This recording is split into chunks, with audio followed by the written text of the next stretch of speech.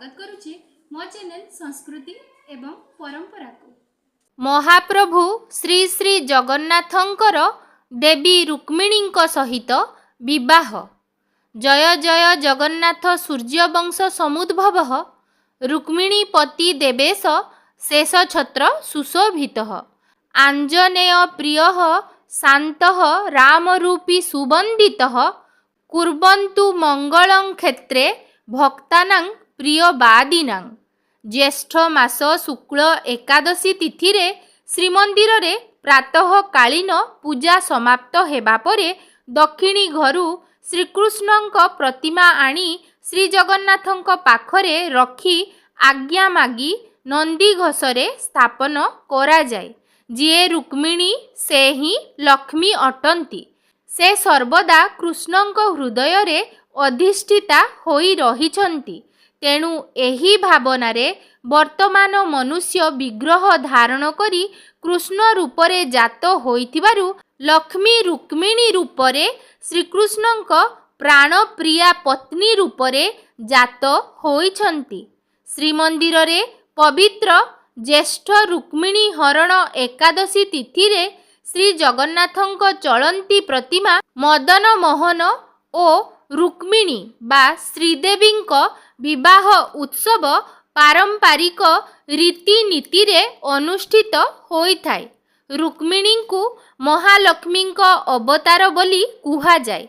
द्वारकार नृपति प्रभु श्रीकृष्णंकर 16,100 राणींक सहित रुक्मिणी एवं सत्यभामा आदि अधिका 8 पाटराणी थिले। दिव्य सुंदरी गुणवती और पवित्रतार प्रतीक देवी रुक्मिणी श्रीकृष्णंक रूप गुणरे आकृष्ट होई तांकु विवाह पाई अभिलाष रखिथिले। श्रीकृष्ण मध्य देवी रुक्मिणींक प्रति आसक्त थिले। एही तिथि रे सकाळ धूप समय रे दक्षिण घरे मदन मोहनंक बेश आरंभ होइथाय। पूजा पंडा सेवक माने सकाळ धूप शेष होई पानी पड़िबा परे श्री जगन्नाथंक श्रीअंगरु आज्ञामाल नेई श्रीदेवींकु प्रदान करिथांती। एहा परे महाजन सेवक श्रीदेवींकु हस्तरे नेई 7 पाहांच निकटरे थिबा सुसज्जित पालिंकी रे विजे करांती। पालिंकी को कांधरे नेई विमान बड़ू सेवक माने महालक्ष्मींक मंदिर निकटरे रखंती। सेठारु श्रीदेवींकु सेवक माने हातरे विजे कराई महालक्ष्मींक मंदिरर जगमोहन रे पड़िथिबा खट सेज उपरे विजे करांती। भंडार मेकाप देइथिबा अलंकार श्रीदेवींकु अलंकृत कराइबा पूर्वरु तांकु पंचामृत रे महास्नान माजणा ओ बनक लागि करा जाइथाय। अलंकार अलंकृत हेबा परे महालक्ष्मींक विश्वस्त तड़ाऊ करण तालपत्र ओ लेखनी नेई सेठारे पहुंचंती। भीतरच्छ महापात्र उक्त तालपत्र ओ लेखनी को श्रीदेवींक श्रीहस्त स्पर्श कराई तड़ाऊ करण सेवकंकु दियंती। से रुक्मिणींक मनोभाव तालपत्र रे लेखी महाप्रभुंक निकटकू पठाई थांती। दक्षिण घरे महाप्रभु मदन मोहनंक बेश शेष हेबा परे रत्न सिंहासन को विजे करंती।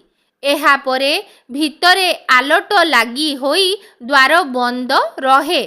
भीतरच्छ महापात्र तालपत्र रे लेखाथिबा चिटाउटा नेई चंदन रे श्रीदेवींक अर्थात रुक्मिणींक श्रीहस्त मुद करांती। ताहा परे जणे सेवक विप्र ब्राह्मण रूपे चिटाउ नेई घंट छता ओ काहाली सह जय विजय द्वारठारे अपेक्षा करिथिबा मदन मोहनंक निकटरे पहुँचिबा परे पुराण पंडा पूजा पंडा एवं पालिया खुंटिया सेवायत मानंक उपस्थिति रे वचनिका मन होइथाय। पुराण अनुसारे विदर्भर राजकन्या रुक्मिणी द्वारकार नृपति श्रीकृष्णंकु विवाह करिबाकू पितांकु जणाइले। पिता भीष्मक ରାଜି ଥିଲେ, ହେଲେ ପୁତ୍ର ରୁକ୍ମୀ ବିରୋଧ କଲେ। ରୁକ୍ମୀ ମଗଧର ପରାକ୍ରମୀ ରାଜା ଜରାସନ୍ଧଙ୍କ ପ୍ରସ୍ତାବ ଅନୁସାରେ ଜରାସନ୍ଧଙ୍କ ବଂଶୀୟ ଚେଦି ରାଜା ଦମଘୋଷଙ୍କ ପୁତ୍ର ବନ୍ଧୁ ଶିଶୁପାଳଙ୍କ ସହିତ ଭଗ୍ନୀ ରୁକ୍ମିଣୀଙ୍କୁ ବିବାହ ଦେବାକୁ ସ୍ଥିର କରିଥିଲେ। ଶିଶୁପାଳ ଆସିବା ସୂଚନା ପାଇ ରୁକ୍ମିଣୀ ବିପ୍ର ବ୍ରାହ୍ମଣ ହସ୍ତରେ ଉକ୍ତ ଚିଟାଉ ପଠାଇ ଶ୍ରୀକୃଷ୍ଣ ଗୋପନରେ ତାଙ୍କୁ ନେବା ପାଇଁ ନିବେଦନ କଲେ। ପ୍ରଭୁ ମଦନମୋହନ 7 ପାହାଚଠାରେ ରଥରେ ବିଜେ ହୁଅନ୍ତି। ରଥକୁ ବିମାନ ବଡ଼ୁମାନେ କୁର୍ମବେଢ଼ାସ୍ଥିତ ବିମଳା ଠାକୁରାଣୀଙ୍କ ମନ୍ଦିର ନିକଟରେ ରଖନ୍ତି। ଶ୍ରୀଦେବୀ ପାଲିଙ୍କିରେ ବିଜେ ହୋଇ ମହାଲକ୍ଷ୍ମୀ ମନ୍ଦିରରୁ ମାହାରୀଙ୍କୁ ଅର୍ଥାତ୍ ଦାସୀଙ୍କୁ ସାଙ୍ଗରେ ନେଇ ଗ୍ରାମ ଦେବତୀ ପୂଜା କରିବାକୁ କୁର୍ମବେଢ଼ାସ୍ଥିତ ବିମଳା ମାଙ୍କ ମନ୍ଦିରରେ ଆସନ୍ତି। ସେଠାରେ ପର୍ବଯାତ୍ରା ଯୋଗାଣିଆ ସେବକ ଯୋଗାଇଥିବା ସାମଗ୍ରୀମାନ ବିମଳାଙ୍କ ଶ୍ରୀଅଙ୍ଗରେ ସ୍ପର୍ଶ ହୋଇ ଭିତରଚ୍ଛ ମହାପାତ୍ର ବିମଳାଙ୍କୁ ଗ୍ରାମ ଦେବତୀ ଭାବରେ ପୂଜାର୍ଚ୍ଚନା, ମହାସ୍ନାନ, ମାଜଣା ଏବଂ ପ୍ରସାଦ ଲାଗି କରାନ୍ତି।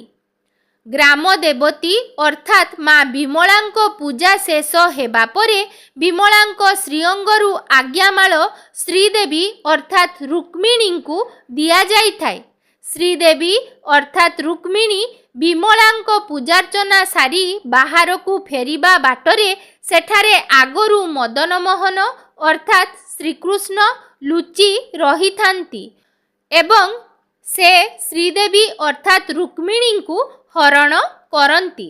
ଭାଇ ରୁକ୍ମୀ ବାଧା ଦେବାରୁ ଶ୍ରୀକୃଷ୍ଣ ଯୁଦ୍ଧ କରିବା ଦ୍ୱାରା ଶରାଘାତରେ ରୁକ୍ମୀ ମୂର୍ଚ୍ଛିତ ହୁଅନ୍ତି। ଭଉଣୀ ରୁକ୍ମିଣୀଙ୍କ ଅନୁରୋଧରେ କୃଷ୍ଣ ରୁକ୍ମୀଙ୍କୁ ବଧ କଲେ ନାହିଁ।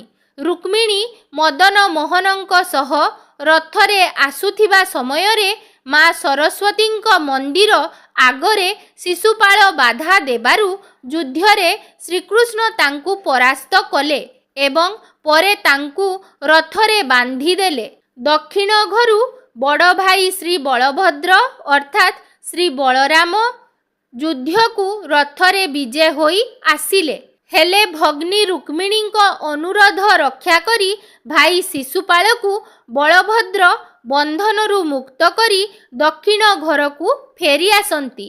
ଏହାପରେ ରୁକ୍ମିଣୀ ଏବଂ ଶ୍ରୀକୃଷ୍ଣଙ୍କୁ ପନ୍ତି ଭୋଗ କରାଯାଇ ବିବାହ ମଣ୍ଡପରେ ବିଜେ ପୂଜକ ଶ୍ରୀଜୀଉମାନଙ୍କୁ ଚନ୍ଦନ ଲାଗି କରିଥାନ୍ତି।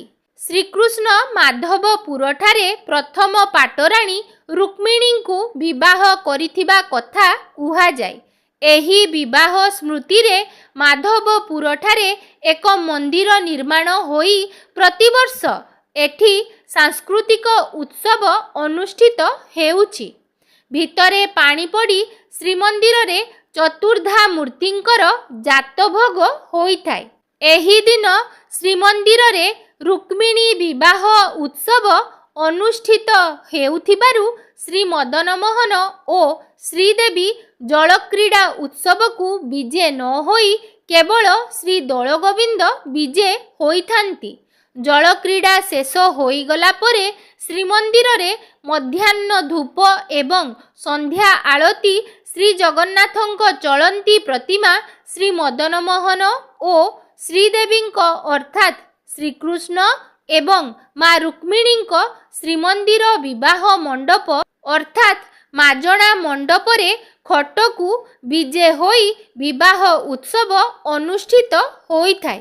ସନ୍ଧ୍ୟା ଧୂପ ପୂଜା ସମୟରେ ଶ୍ରୀମନ୍ଦିରର ଏହି ବିବାହ ମଣ୍ଡପରେ ବିବାହ ଉତ୍ସବ ଆରମ୍ଭ ହୋଇଥାଏ।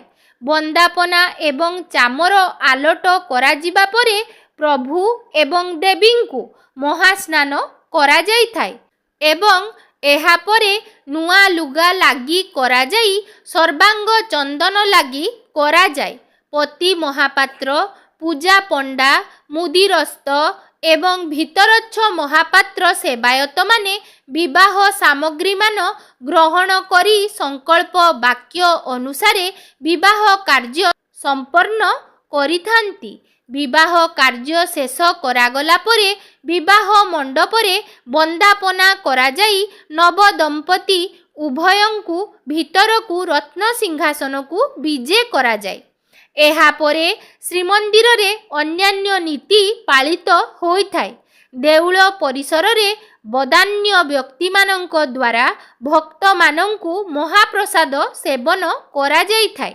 ଜଗନ୍ନାଥ ହେଲେ ରାଜା, ମହାଲକ୍ଷ୍ମୀ ହେଲେ ରାଣୀ। ଶ୍ରୀକ୍ଷେତ୍ରରେ ଥାଇ ପରଜା ପାଳନ୍ତି ସବୁରି ମନକୁ କିଣିଲ। ଜଗନ୍ନାଥ ହେଲେ ରାଜା, ମହାଲକ୍ଷ୍ମୀ ହେଲେ ରାଣୀ। ତେବେ ପବିତ୍ର ରୁକ୍ମିଣୀ ପରିଣୟ ବା ମହାପ୍ରଭୁ ଏବଂ ରୁକ୍ମିଣୀ ରୂପୀ ମହାଲକ୍ଷ୍ମୀଙ୍କ ଶୁଭ ବିବାହର ପାବନ ଅବସରରେ କିପରି ଭାବରେ ଶ୍ରୀମନ୍ଦିର ଆଗେ ତେଲିଙ୍ଗି ବାଜା ବାଜିଥାଏ ଏବଂ କାହାଳିର ମଧୁର ସ୍ୱରକୁ ଶୁଣି ପତିତପାବନ କିପରି ଭାବରେ ମୁରୁକି ମୁରୁକି ହସୁଥାନ୍ତି, ସେହି ଅପୂର୍ବ ମନୋହର ଦୃଶ୍ୟକୁ ଆମେମାନେ ମଧ୍ୟ ଆଗକୁ ଭିଡ଼ିଓ ମାଧ୍ୟମରେ ଦେଖିନେବା। ଚାଲନ୍ତୁ।